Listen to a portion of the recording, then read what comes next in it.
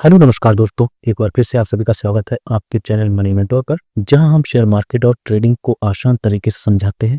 और आज हम बात करेंगे एक बहुत जरूरी विषय पर, ट्रेडिंग में इमोशंस मैनेजमेंट। क्या आपने कभी ट्रेडिंग करते समय डर या लालच की वजह से गलत फैसले लिए हैं, या लगातार नुकसान होने पर निराशा या गुस्से में आ गए हैं? मैं भी कुछ साल पहले ऐसी ही गलतियां करता था, लेकिन उनसे सीखकर मैंने इमोशंस को कंट्रोल करना सीखा। ट्रेडिंग में 80% सफलता साइकोलॉजी पर निर्भर करती है। एक स्टडी के मुताबिक 90% रिटेल ट्रेडर इमोशंस को मैनेज ना कर पाने की वजह से असफल हो रहे हैं। तो आज हम सीखेंगे कि ट्रेडिंग में इमोशंस का क्या प्रभाव पड़ता है, उन्हें क्यों कंट्रोल करना जरूरी है और प्रैक्टिकल तरीके क्या है। दोस्तों, यह वीडियो केवल एजुकेशनल है, फाइनेंशियल एडवाइस नहीं। ट्रेडिंग में जोखिम होता है, इसीलिए अपनी रिसर्च करें या एक्सपर्ट से सलाह लें। तो चलिए शुरू करते हैं। शेयर मार्केट में ट्रेडिंग सिर्फ टेक्निकल एनालिसिस या टिप्स से नहीं चलती, बल्कि आपका माइंडसेट और इमोशंस बहुत बड़ा रोल निभाते हैं। ट्रेडिंग इंसानी दिमाग का खेल है। सबसे आम इमोशंस जो ट्रेडर्स को प्रभावित करते हैं वे हैं डर, लालच, आक्रोश, निराशा, उम्मीद, पछतावा और ओवर कॉन्फिडेंस। डर आपको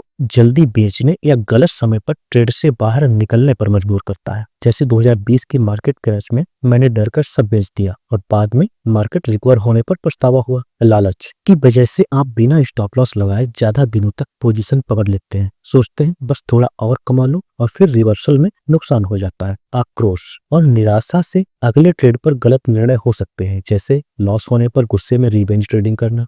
उम्मीद से आप लॉस वाले ट्रेड में सोचते हैं बस थोड़ा और वेट करूं, मार्केट वापस आएगा, और नुकसान बढ़ता चला जाता है। ओवर कॉन्फिडेंस से कुछ ट्रेड्स जीतने के बाद आप बिना एनालिसिस से बड़ा रिस्क लेने लगते हैं। स्टडी कहती है कि 70% ट्रेडिंग डिसीजन इमोशन से प्रभावित होते हैं। उदाहरण 2008 के फाइनेंशियल क्राइसिस में कई ट्रेडर्स ने डर में सब बेच दिया, लेकिन स्मार्ट ट्रेडर्स ने बॉटम पर खरीदारी की और प्रॉफिट कमाया। मार्केट में उतार चढ़ाव तो होते ही रहते हैं। अगर आपकी मानसिक स्थिति मजबूत नहीं होगी तो हर उतार चढ़ाव पर आप विचलित हो जाएंगे। सही मानसिकता के बिना ना तो आप सही निर्णय ले पाएंगे, ना ही नुकसान को स्वीकार कर पाएंगे। इमोशनल डिसीजन से आपका पूंजी नियंत्रण से बाहर हो सकता है। चाहे आपकी स्ट्रेटजी कितनी भी अच्छी हो, अगर इमोशंस कंट्रोल नहीं किए तो नुकसान होना तय है। इसीलिए कम जोखिम में ट्रेड करें और दिमाग को शांत रखें। इससे आप लंबे समय तक ट्रेडिंग में सफल रह सकते हैं। इमोशंस मैनेजमेंट के 6 सबसे असरदार तरीके जिनकी हम बात करेंगे, इसमें सबसे पहला है ट्रेडिंग प्लान बनाएं और फॉलो करें। हर ट्रेड के लिए स्पष्ट एंट्री, स्टॉप लॉस और टारगेट सेट करें। बिना प्लान के ट्रेड ना करें। प्लान के अनुसार चलने से इमोशनल डिसीजन कम होंगे। मैंने शुरुआत में कोई प्लान नहीं रखा था, इसीलिए इमोशंस के आधार पर ट्रेड करता था। अब लिखित प्लान बनाता हूं और अगर स्टॉप लॉस हिट हो रहा है तो तुरंत सेल करता हूं। दूसरा है रिस्क मैनेजमेंट। अपने कुल कैपिटल का केवल 1 से 2% एक बार में लगाएं। इससे नुकसान कम होगा और डर पर कंट्रोल रहेगा।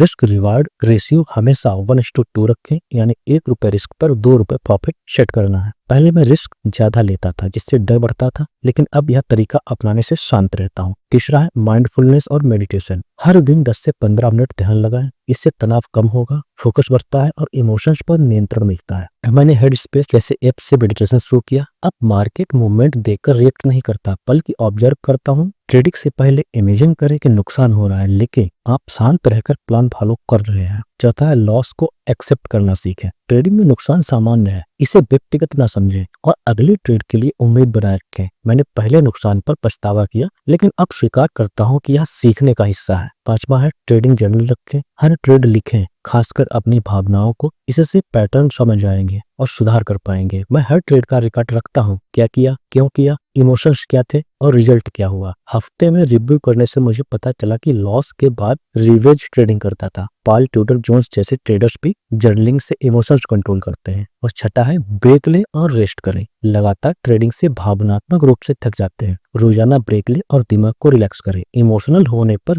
10 मिनट का ब्रेक लें या वॉक करें, जैसे कि नींद, डाइट और एक्सरसाइज पर ध्यान देना शुरू कीजिए। इससे फोकस बढ़ेगा। ट्रेडिंग मैराथन है, स्प्रिंट नहीं। ट्रेडिंग में इमोशंस को कंट्रोल कैसे करें? जब भी डाउट हो, ट्रेड से थोड़ा पीछे हट जाएं। ट्रेडिंग करते समय मोबाइल और सोशल मीडिया से दूरी बनाएं। तुरंत निर्णय की बजाय 5 मिनट का ब्रेक लेकर सोचें। खुद को सकारात्मक बातें कहें, जैसे मुझे मेरा प्लान फॉलो करना है। अगर बड़ा नुकसान हो तो तुरंत ट्रेड ना करें, पहले कूल डाउन लें।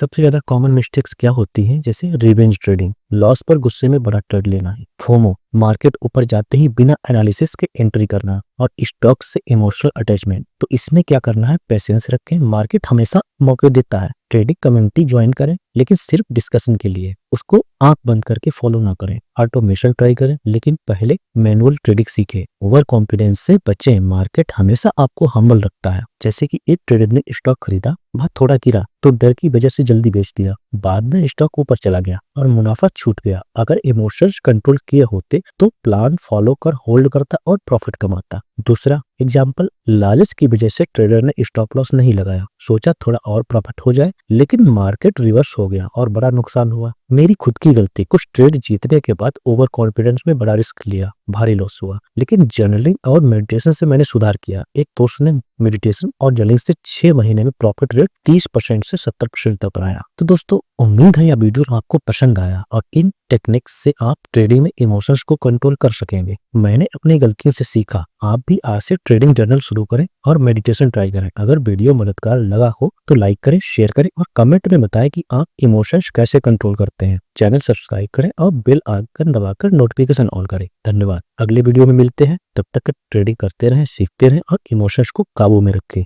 नमस्कार, जय हिंद।